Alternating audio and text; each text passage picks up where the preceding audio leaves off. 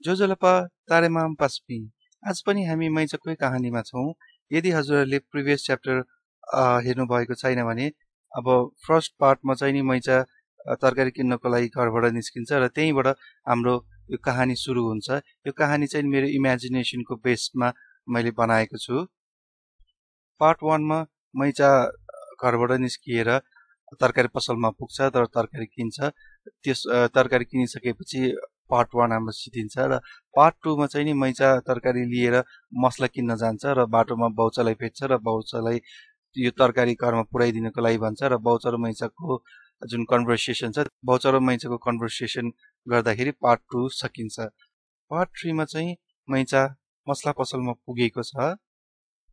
अब सुरु गरौँ। मैचा मसला पसलमा पुग्छ र मसला पसलमा साउलाई देख्दैन र यताउता हेर्छ र सँगै पसलको दिदीलाई सोध्छ मैचाले, यहाँको साउजी खोइ? थन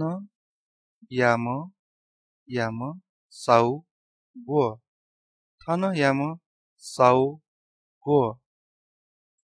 यहाँको अर्थात् थन याम, खोइ अर्थात् गो। अब सँगै पसलको दिदीले भन्छ, पिसाब फेर्न गयो होला। चो फा वन जी। चो फा वन जी। पिसाब अर्थात् चो, पिसाब फेर्न गयो। चो फा वन होला अर्थात् जी।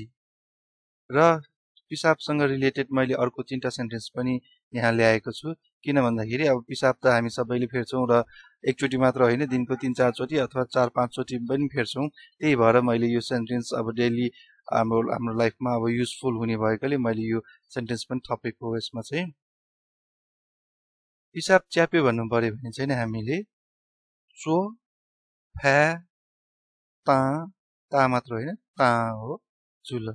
चो फ्या ता जुल पिसाब च्याप्यो भन्नु पर्यो भने। त्यस्तै गरी अब कहिलेकाहीँ पिसाब फेर्न हतारै हुन्छ, त्यो बेला चाहिँ नि अब पिसाब फेर्न हतार भयो भन्नु पर्यो भने चाहिँ यस्तो भन्नुपर्छ हामीले, चो फ्या हठ्या हठ्या जुल। चो फ्या हठ्या जुल। हठ्या जुल अर्थात् हतार भयो। त्यस्तै गरी अब पिसाब फेरेर आउँछु भन्नु पर्यो भने चाहिँ चो फाना फाना। चो फाना वे। चो फाना वे। र यो अब डेली युज हुने सेन्टेन्स चाहिँ नि हजुरले प्र्याक्टिस गर्नुभयो भने सजिलो पनि हुन्छ र सम्झिन पनि इजी हुन्छ। त्यसपछि मैचाले अलि झर्को मानेर सोध्छ, अब कोही नदेखेपछि पसलमा अब अलिकति अल्छी लाग्छ किन्न जाँदाखेरि कुर्नु पर्ने हो कि भनेर। धेरै बेर भयो? ताउ जाल ला। ताउ जाल ला अथवा कसैले ताउ त जाल ला पनि भन्छन्। धेरै बेर भयो अर्थात् ताउ जाल ला। सँगै पसलको दिदीले भन्छ, भर्खरै गएको ऊ साउजीको छोरी आयो। नक्तिनी वौ वौ होइन वौ वौ। ऊ साउया म्या वल। भर्खरै अर्थात् नक्तिनी, गएको अर्थात् वौ, छोरी अर्थात् म्या, आयो अर्थात् वल। अब आउँदै गरेको सानो साउनीलाई मैचाले सोध्छ, तिम्रो बुबा खै? छिमी अबु गो। छिमी अबु गो। तिम्रो बुवा अर्थात् छिमी अबु, खै अर्थात् गो। अब सानो साउनीले भन्छ, बाहिर गयो। प्या प्या प्या मात्र होइन, प्या हो, वन वन। प्या वन बाहिर अर्थात् बाहिर गयो अर्थात् प्या वन। अब मैचाले सानो साउनीलाई देखेपछि अब यस्तो भन्छ, तिमी त तरुनी भइसकेछ सानो साउनी। छ ला ल्यासे जुई टुङ कल। जुई टुङ कल खनी चिरिम। चिरिम साउनी।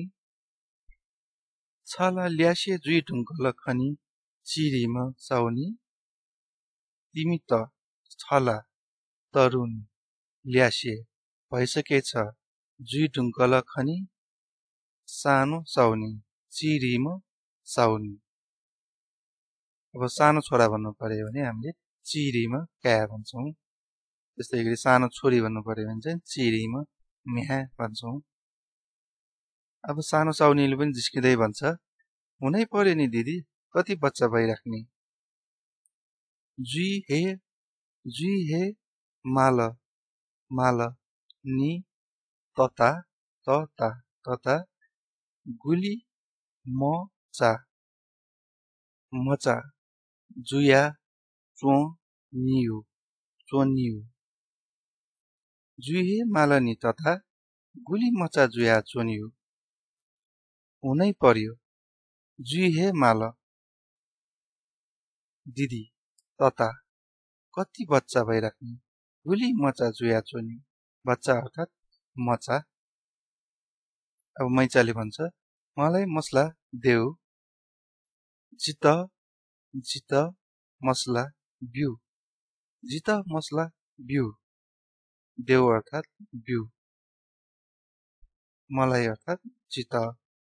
साउनीले भन्छ भन्नुस् कुन कुन दया दिस दिस मात्र होइन दिस दया दिस गु गु दया दिस गु गु। अब भन मात्र भन्नु पर्यो भने चाहिँ था भन्छौँ हामीले। भन्नुस् भन्नु पर्यो भने चाहिँ दया दिस। मैचाले भन्छ बेसार खुर्सानी हलु मल्टा। बेसार अर्थात् हलु मल्टा अर्थात् खुर्सानी। खुर्सानी पनि अब हरियो खुर्सानीलाई वाउ मल्टा रातो खुर्सानीलाई याउ मल्टा। साउनीले सोध्छ धुलो कि धुलो नभएको नचु कि नचु मजु नचु कि नचु मजु। धुलो अर्थात् नचु धुलो नभएको नचु मजु। मैचाले भन्छ दुवै थरी देऊ नित्ता नित्ता नित्ता मात्र होइन ता हो नित्ता बिउ। दुवै थरी अर्थात् नित्ता।